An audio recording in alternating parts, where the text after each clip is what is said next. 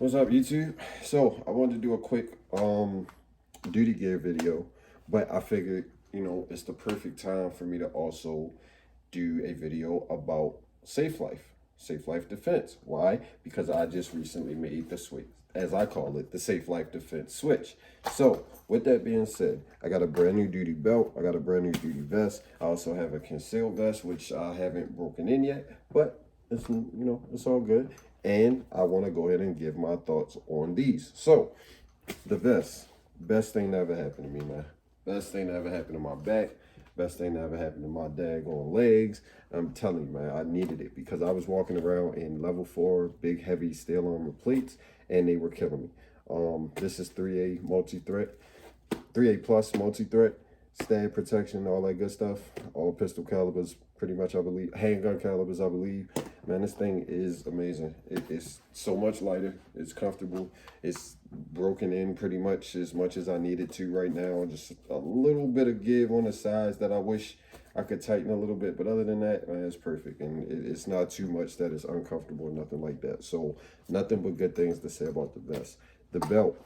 I thought I would have bad things to say. I decided to give it a couple days, and as it turns out, the thing that I thought was bad was actually the best thing for it. This belt was stiff as crap, fresh out the box, man. Stiff as can be.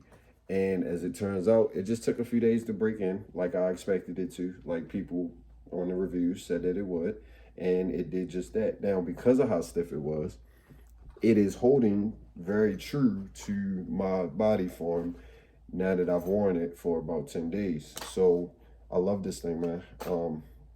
It's right where I need it to be. It sits perfect. The inner belt works great with the Velcro. This is the tactical belt with the Molly webbing. It sits perfect, man. Nothing but good things to say about the belt. Yeah, so with that being said, my overall review of the Safelife Defense products, man, they are amazing, bro. I should have made this switch a long time ago. So now let's talk about my actual setup. So I'll try to make this as quick as possible because I tend to talk a lot. So from top to bottom, and this is my everyday setup as far as what's comfortable for me, what I need the most, what I use the most, and what applies to my job function the most. I am a assistant operations manager, so I'm in the field. They call me captain at my company, and then I also work armed security part-time in nightlife events and private events, all type of things. So there's a lot of different environments that I'm in. So I'm very modular with my setup, but what you see is my baseline. This is the minimum of what I carry on me when I'm pretty much working armed security. So let's go.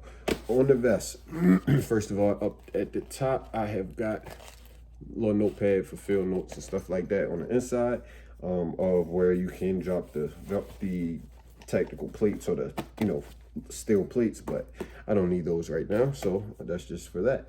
I've got of course, identifier, of course, the front and the back.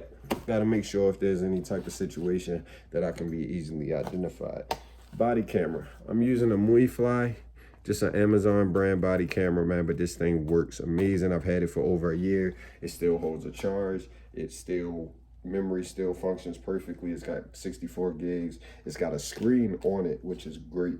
30-second pre-record, which does include audio. I know I'm not supposed to be selling the brand for you, but I'm just saying, man, these are the features that I was looking for when I grabbed the body camera, and it came with all of that and more, and passcode lock and all type of stuff. So, man, the thing is just great. MuiFly, look it up, 1290p. I'll try to add some links into the description to the products that I use and recommend, but not everything am I going to go deep into the brands for. But moving on. Double cell phone pouch. Again, I'm a manager at my job, so I have a personal phone and a work phone. I like to keep those up high close to me, where I can easily check something, slide that right back in there and not be doing too much. I can't really do too much digging in my pockets. I wear different pants on different days, so the pockets change, and it's nice, convenient, and whatever. I keep a pin in the vest, which obviously that's not how that's supposed to come out. Keep a pin in the vest, and then a Zac tool, and of course they are just sitting in the molly. Come on, dude, why can't I take anything out? They're just sitting in the molly webbing. That's my primary Zac tool, and then I've got another you'll see in a second. So that's my vest. That's pretty much all I carry. I don't like to carry too much, like I said. So on my belt, left side, my non-dominant side, got my shield, my OC Mark III Saber Red Gel, the best for multiple environments, which I'm always in multiple environments. And then this is just a little, I use it as both a belt keeper and key holder, but it's mainly just a key holder. Of course, I got my secondary Zac tool on there. I put my card keys and stuff like that on there. Mags on my side. This is how I train. It's how I'm used to. There was a time where I was not certified to carry non-lethals, but I was certified to carry a firearm, believe it or not, in the state of Maryland. And at that time, for weight balance, it was best for me to, do it that way. That's how I started, how I train. And it just works for me. I don't like things pulling forward. I'm a very skinny guy. The magazines, Glock 17 magazines. Yes, you can carry more than 10 rounds in Maryland. You just can't sell or buy the magazines in Maryland. Okay, little side note, but whatever. Glock 17 mags. I got some HST Federals in there right now. I do prefer Hornady Critical Defense, but the last time I went for an ammo swap, they did not have any. So this is what I got. That's pretty much all I carry on my non-dominant side. I am not a taser guy. I don't like tasers, and my company doesn't like tasers neither, so there's that. With that being said, I do have a pair of hinge cuffs in the front. I really don't detain much, so I only carry one pair of cuffs on a regular basis, but I do keep other cuffs handy. I'll talk about that in 1 second. My firearm, let's get this out the way real quick. Firearm was pre-checked before this video was started, but this is a Glock Model 45, which is essentially a 19X. I do not have a name brand light on there. I got a little GMCon Amazon light. I've had this thing for like 7 months. It's held 0. It's got a blue laser, which is freaking cool. It's got the flashlight. The flashlight has the strobe function, which I can demonstrate quickly. I don't want to blind you guys, and the thing just works great, man. Like, I have no complaints about it. I didn't have the money for a big name brand light at the time, and this is what I got, and it works, and it has worked. It fits any holster that's cut for a TLR 7-1 something. I got it written down, but that's all you need to know, and it works good, so I like it. Shout out to GMCon. I'll give them a shout out and a tag as well. But yeah, man, Glock 45, 17 round, +1 capacity, 19 slide, 17 grip. I love it. Very comfortable for my big piano player hands. That's seated in a level 3, which I consider 3.5 or 4 Safelife holster. Got the flip hood, and then of course the retention ALS lock with the protection hood there. Love this thing. You ain't taking this off my hip. And got the mid ride because I have long arms, and yeah, that's just how I like to get down. So that's that. Right behind that is my ass baton. And this is just a standard 21-inch collapsible. I'm not going to expand it because I can't put it away unless I go outside right now. It's sitting in the ass scat board right behind my firearm, just where I prefer it, just because of how I like to pull it out, and my non-lethals are positioned strategically. So that's my setup. On the back, I have a glove pouch. I don't really carry anything on my back. I like my back clear.